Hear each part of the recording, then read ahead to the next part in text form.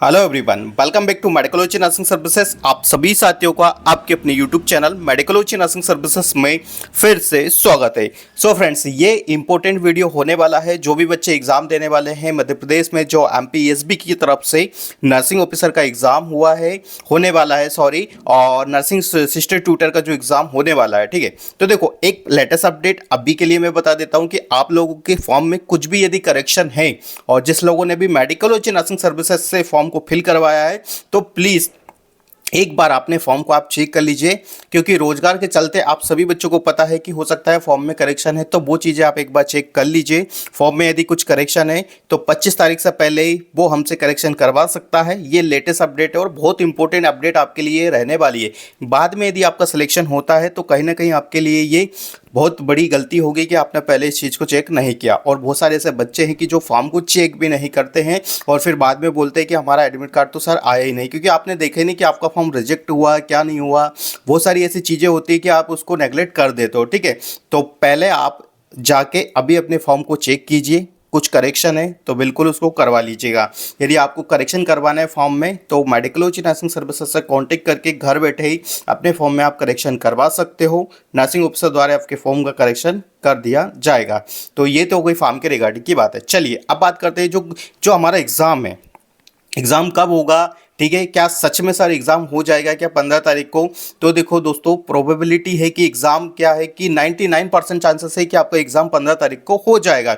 ऐसा क्यों बोल रहा हूँ मैं? ऐसा इसलिए बोल रहा हूँ कि जो अभी एग्ज़ाम की जो लास्ट डेट थी वो एक्सटेंडेड नहीं हुई है, मतलब एग्ज़ाम की कोई भी डेट उन लोगों ने बढ़ाई नहीं है। इसकी वजह से क्या है कि एग्ज़ाम डिले होने के चांसेस ना के बराबर हो जाते हैं, ठीक है। और यदि मैं बात करूँ आगे का, क्या इनका जो पैटर्न हमेशा रहता है वो हमेशा ऐसा पैटर्न रहता है कि यदि एग्ज़ाम की डेट या आपके जो लास्ट जो फॉर्म की डेट है वो यदि बढ़ती है तो आपके एग्जाम में क्या होता है, करेक्शन हो जाता है। बट अभी दो एग्जाम, जैसे अभी ग्रुप 5 का एग्जाम हुआ था, ठीक है, तो उसकी भी सेम टू सेम जो प्रोसेस थी वो वही रही थी। कोई भी प्रोसेस में उन लोगों ने कोई भी करेक्शन नहीं किया और इसकी प्रोसेस भी वही रहने वाली है। इनके फॉर्म में उन्होंने कोई भी करेक्शन नहीं किया है, ठीक है। तो आई होप कि आपका जो एग्जाम है वो 15 तारीख को हो जाएगा, ठीक है। सर आपने ये तो बता दिया कि 15 तारीख को एग्जाम हो जाएगा, बट अब हमको पढ़ना क्या है, कैसा सिलेक्शन लेना है इस नर्सिंग वाली परमानेंट की जो नर्सिंग ऑफिसर की जो वैकेंसी है, इसमें कैसे सिलेक्शन होगा आप ये बताइए, ठीक है। क्या हमें स्ट्रेटजी यूज़ करना चाहिए, किन किन बातों का ध्यान में रखना चाहिए? क्योंकि एक बात मान के चलिए, इसमें आपकी होने वाली है नेगेटिव मार्किंग, ठीक है। हाँ, नेगेटिव मार्किंग होने वाली है और ये शायद सबसे बड़ा फोबिया रहता है स्टूडेंट का कि नेगेटिव मार्किंग है। बहुत सारे बच्चों ने तो इस चक्कर में ही फॉर्म को फिल नहीं करवाया है। बट आप जब तक अपने आप को कंट्रोल नहीं करोगे, अपने आप को फेस नहीं करोगे, अपने आप को एक्सपोज नहीं करोगे उस एनवायरनमेंट में नेगेटिव मार्किंग में, तो कैसा फिर उस चीज़ से डील करोगे, ठीक है। चलिए अब सबसे पहले यही बात कर लेते हैं। देखो दोस्तों, यदि आपको सच में नर्सिंग ऑफिसर बनना है या सिस्टर ट्यूटर का एग्जाम निकालना है, क्रैक करना ही है, ठीक है, तो एक एडवाइस है, नर्सिंग ऑफिसर की तरफ से ही एडवाइस दे रहा हूँ, क्योंकि हमने भी यही एग्जाम आपसे क्लियर करा हुआ है। तो कहीं ना कहीं बहुत सारी चीज़ें आपको बताने वाला हूँ मैं आज, ठीक है। तो सबसे पहले आप अपने थ्योरी पोर्शन को इतना कंप्लीट कर लो, इतना कंप्लीट कर लो, जो भी नोट्स आपने अभी तक बनाए हैं कम से कम 10 से 15 बार उसको रिवीजन कर लो, ठीक है। कितना करो? 10 से 15 बार, ठीक है। बता रहा हूँ, यदि आपने मेरा वीडियो देखा और आपने जो मैंने बताया वो फॉलो किया तो बोल देना कि सर आपने जो बताया हमने वो किया और सिलेक्शन नहीं हुआ, तो आपको फिर ये राहुल कौनवाली में बताएगा कि भाई मैं गलत बोला। पर यदि आपने जो मैंने बताया और उस चीज़ को फॉलो कर लिया तो आपका सिलेक्शन होने से कोई भी चीज़ आपको नहीं रोक सकती, ठीक है। सबसे पहली सबसे इंपॉर्टेंट बात है कि डिसिप्लिन होकर स्टडी करना चालू कर दूँ, ठीक है। एक दिन किया, अगले दिन क्या हो सकता है मेरी वीडियो देखा और 2-3 दिन स्टडी कर लिया, फिर इसके बाद वापस से डिक्रीज हो गया, आपका पीक पे नहीं गया, ठीक है। तो भाई आपकी स्टडी बिल्कुल डिसिप्लिन होनी चाहिए। थ्योरी पोर्शन बहुत अच्छे से कंप्लीट करो। मैं बार बार बोल रहा हूँ कि थ्योरी पोर्शन बहुत अच्छे से आप कंप्लीट करो, क्योंकि थ्योरी में से ही क्वेश्चन बनेंगे, ठीक है। चलो थ्योरी का भी मैं आगे बता देता हूँ कि थ्योरी में से आपको क्या क्या चीज़ें करना है, ठीक है। सबसे पहले आप उठाओ मेंटल हेल्थ नर्सिंग, ठीक है। मेंटल हेल्थ नर्सिंग को पढ़ो, रिसर्च को पढ़ो, एडमिनिस्ट्रेशन को पढ़ो, मैनेजमेंट को पढ़ो, ठीक है।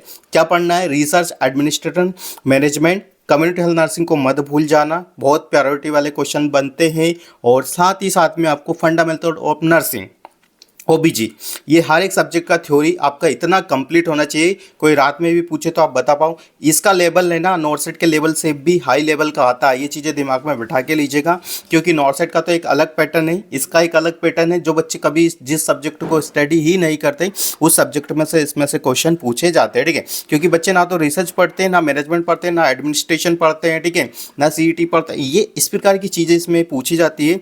तो इन चीज़ों पर यदि आपका कमांड होगा तो यू कैन डू इट, ठीक है, आप इस एग्ज़ाम को क्रैक कर पाओगे। नहीं तो क्या होगा भाई, प्राइवेट जॉब करते रहोगे, ठीक है भाई, कॉन्ट्रैक्ट बेसिस पे काम करते रहोगे, ठीक है, एनएचएम वगैरह में, ठीक है। तो आपकी पॉसिबिलिटी यहाँ के जो मैं बताया यदि वो फॉलो कर लिया तो आप 100% श्योर हो कि भाई हो जाएंगे।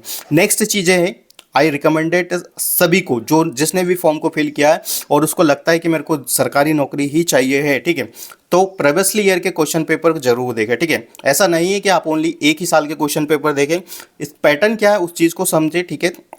हमारे पास सारे क्वेश्चन पेपर अवेलेबल है 2021 से लेकर तो 2024, 25, 26 का तो अभी नहीं आया हुआ है, ठीक है। आंसर की आएगी तो वो भी मैं आपको प्रोवाइड करवा दूंगा, वो क्वेश्चन पेपर भी आपके पास आ जाएंगे, ठीक है। तो यदि आपको चाहिए कि साथ में हमको कुछ स्टडी मटेरियल भी चाहिए, ठीक है, तो हमारे पास वो अवेलेबल है। किसी भी बच्चे को चाहिए तो वो हमें मैसेज कर सकता है 9754573292 पे कॉल या मैसेज करके हमसे वो ले सकता है। इतना बता रहा हूँ, यदि आपने PYQ सॉल्व करें, PYQ को प्रैक्टिस करा, आप समझो तो कि कैसे क्वेश्चन आते हैं, कैसे लेवल है, कैसे पूछता है एमपीएसबी आपसे क्वेश्चंस है, ठीक है, आप उस चीज़ को कर पाओगे या नहीं कर पाओगे, ठीक है। पैटर्न समझिए, क्वेश्चन की लेंथ समझिए, ऑप्शन समझिए, किस प्रकार के ऑप्शंस पूछता है, कितना कंफ्यूजन क्रिएट करता है, ठीक है, कैसे जनरल नॉलेज आ रहा है, किस प्रकार का नॉलेज यहाँ पे आपसे पूछा जा रहा है, क्योंकि इस बार तुक्का नहीं चलेगा, इस बार आपकी माइनस मार्किंग होने वाली है इसमें, ठीक है। तो इस चीज़ को दिमाग में बिठा के अपने आप को बिल्कुल इतना फुली प्रिपेयर कर लीजिएगा कि आप एक सेंट्रल गवर्नमेंट का एग्जाम देने जा रहे हो, ठीक है। कोई ऐसा एग्ज़ाम नहीं है, यदि आपको सैलरी अच्छी 40-50 हज़ार रुपये चाहिए तो वैसा ही आपको पढ़ना पड़ेगा 40-50 हज़ार रुपये वाला। और यदि ऐसा है कि भाई नहीं पढ़ना है तो फिर वही 20-30 हज़ार रुपये में आप काम करिए अपने प्राइवेट में, कोई ग्रोथ नहीं होगी, कोई कुछ नहीं होगा। हाँ, हो सकता है बहुत सारे बच्चों का ये रहता है कि सर हम अच्छे बड़े कॉर्पोरेट हॉस्पिटल में काम कर रहे हैं तो हमारा सैलरी तो अच्छा है, 30-35 से अच्छा खासा सैलरी आ रहा है, बट ये एक आपका एक टाइम के बाद ज़्यादा ग्रोथ नहीं होगा, ठीक है। बट वहीं जब आप गवर्नमेंट जॉब में आ जाओगे तो जो सैलरी आपका है ना अभी 8th पे कमीशन लगने और डबल नहीं होगा तो बोल देना कि राहुल कुमार मालविया ने नहीं बोला होगा नर्सिंग ऑफिसर ने, ठीक है। तो ये कहीं ना कहीं बैनेट है, मोटिवेशन लेके स्टडी करो, ठीक है, और पैसे से बड़ा मोटिवेशन कुछ नहीं होता, ये आप सभी को पता है, ठीक है। तो आई होप आप चीज़ को समझेंगे, ठीक है। पहला नंबर 1 रूल यही है, डिसिप्लिन होके अपनी थ्योरी कंप्लीट कर लो बहुत अच्छे से। एक बुक रिकमेंडेड कर रहा हूँ, मिशन परिचालिका, यदि सच में आपको बनना है तो उस बुक को भी आप बाय कर सकते हो, बहुत जेन्युइनली बुक है, बहुत अच्छा टॉपिक्स उसमें हर एक चीज़ को कवर किया हुआ है, ठीक है। बहुत सारे मैंने देखा है कि हमने ये क्रेस कोर्स चला दिया, ये क्रेस कोर्स चला दिया, ठीक है, तो ऐसे झांसे में नहीं पढ़ना है, ठीक है, पहले ही बता देता हूँ। उनका जो कंटेंट है वो सब सेम ही होगा, ठीक है, बस ओनली आपको गुमराह करने के लिए आपसे 3,000 या 5,000 रुपये मांग लिए जाएंगे, ठीक है। तो इस चीज़ को समझे, ठीक है, किसी भी ऐसी चीज़ों में ना पड़े, क्योंकि आपने पहले से यदि स्टडी करी है तो आप एग्ज़ाम निकाल पाओगे। और जैसा मैंने बताया, यदि इस चीज़ को फॉलो कर लिया तो आपका एग्ज़ाम को क्रैक होने से कोई नहीं रोक सकता, ठीक है। डिसिप्लिन होकर पढ़ना, रिवीजन करना, कम से कम 8 से 9 या 10 बार रिवीजन कर लो पूरी थोड़ी पोर्शन को, ठीक है। सब्जेक्ट मैंने बता दिए कौन कौन से सब्जेक्ट पे आपको कमांड रखना है, ठीक है। और क्या बता दिया, PYQs, इसके बिना आपका सिलेक्शन पॉसिबल नहीं है, ठीक है। मैं बोल रहा हूँ, ठीक है, क्यों बोल रहा हूँ, एक्सपीरियंस के तौर पर ही बोल रहा हूँ, ठीक है। और हमारा क्लासेस यूट्यूब पे अवेलेबल है, ठीक है, MPSB ग्रुप 5 पे बहुत ज़्यादा क्लासेस मैंने ले लिया था पहले, ठीक है। सिलेक्शन होने के बाद, वो सिलेक्शन नहीं होने से पहले भी मैं क्लासेस पढ़ाता था, वो भी मेरा पढ़ा हुआ, ठीक है। अभी ड्यूटी पर में बिजी होने के चलते क्लासेस नहीं ले पा रहे, बट आपके लिए जितना हो रहा है वो सब हम कर रहे हैं, ठीक है। तो आई होप आप समझ गए होंगे कि आपको कैसे क्या करना है, कितना पढ़ना है, कैसे स्टडी करना है। और सबसे इंपॉर्टेंट होता है कि आप पहले अपने फॉर्म को चेक करो, ठीक है। मैं इसीलिए ये वीडियो बनाया, क्योंकि बच्चे फिर बाद में बोलते हैं सर आपने हमें बताया नहीं और ये हो गया, ऐसा हो गया। क्योंकि अभी भी लास्ट में भी इतने सारे बच्चे ने फॉर्म के लिए फिल करवाया, आई जून मैंने सच में इतने बच्चों को रिजेक्ट किया है कि अब मैं फॉर्म को फिल नहीं कर पाऊंगा, क्योंकि जिन बच्चों का पहले से फॉर्म को लिया है उनका फॉर्म कंप्लीट करना रिस्पॉन्सिबिलिटी है, ठीक है। इसलिए बहुत सारे बच्चों को हमने मना किया है। तो आई होप आप इस चीज़ को समझेंगे कि आपने हमें लास्ट डेट को बोला, इसलिए आपका फॉर्म फिल हमने नहीं किया, ठीक है। तो आप अगली बार ऐसा ना करो, ठीक है। तो क्योंकि देखो सर्वर आपको पता है कि वो हमेशा ही डिले होता है, ठीक है।